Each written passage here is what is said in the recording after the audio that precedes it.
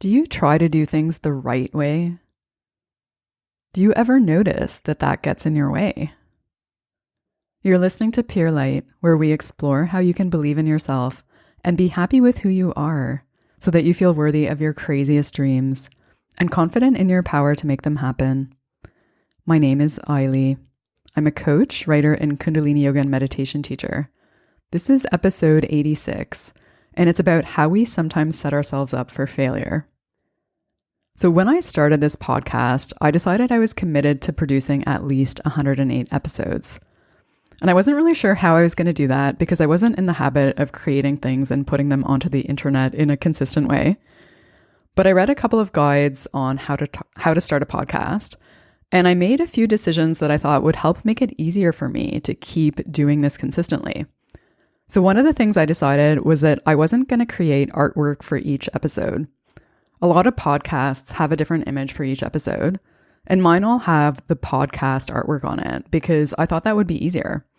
Like, I'm not a graphic designer. I thought about hiring one to help me with this, but I decided against it mostly because it would involve extra steps, and I knew that any extra steps would make it harder for me to sustain this in the long run.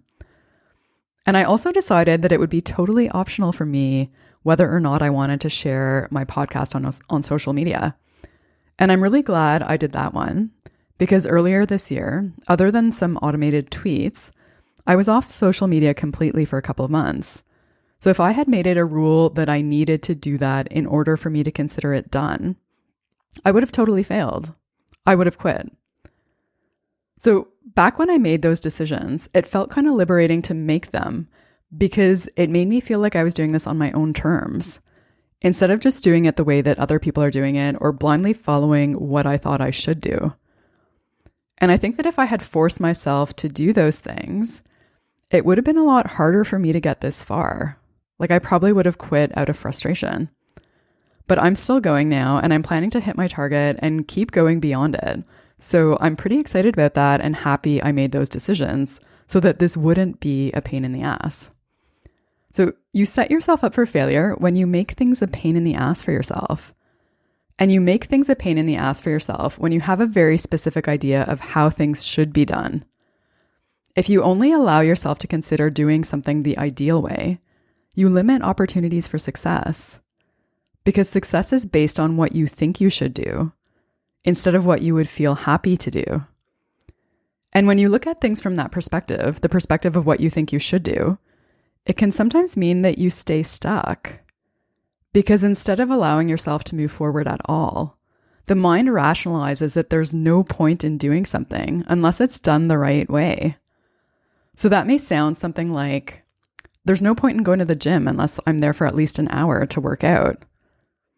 Or there's no point in trying to eat healthy, like for dinner, if I blew my diet at lunch.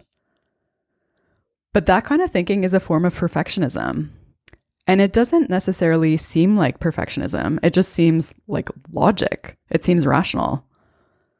But what can end up happening is that you also end up rejecting the possibility of success because you keep talking yourself out of doing anything, even though any form of progress would still be successful compared to doing nothing. And it's better than waiting for perfection or quitting because, you didn't do it the right way. When you only allow yourself to pursue the ideal version of something, you set yourself up for failure because that creates high expectations, and high expectations create pressure. And that pressure amplifies the amount of resistance you have to doing the thing. So when you think about something that you want to do, what are the aspects of that worry you? Like, what are those constraints that you're putting on yourself? And how can you eliminate those constraints or that worry by making it simpler, by eliminating steps or rules, and by giving yourself permission to do it your own way? I have another example for you. So Oprah recently shared on Instagram why she's always on the cover of O Magazine. And that's something that I've always wondered about. And it turns out it's for this exact reason. So when she was approached about starting the magazine like almost 20 years ago, she said she was worried about how they would get celebrities for the cover every month because she knew from her experience of doing talk shows that it's hard to consistently get people on the show, and it wouldn't be any different with magazines and the cover. And she didn't want to be dependent on celebrities because she knew that it would not be sustainable and they would not be able to continue because it would just be more and more of a challenge as they went on. So the people who were proposing the magazine suggested that she be on the cover every month. And so that was a way of like eliminating the potential challenge or the thing that was going to derail the entire thing. I'll include the link to that clip in the show notes if you want to watch it. And just to be clear, so this whole thing is not about trying to avoid doing something that's hard. It's about being thoughtful about which aspects of it are important and not trying to force yourself to do something that you already know you're going to hate or that'll make it unnecessarily challenging, especially when that something isn't essential to the bigger goal. When you catch yourself trying to do something the right way, give yourself permission to do it your way. You don't have to follow the rules inside your head. Give yourself permission to let go of those rules and do it the way that you would be happy to do. Or to put it another way, instead of trying to do it the right way, do it the way that feels right to you. If you enjoyed this, subscribe to Pure Light wherever you listen to podcasts.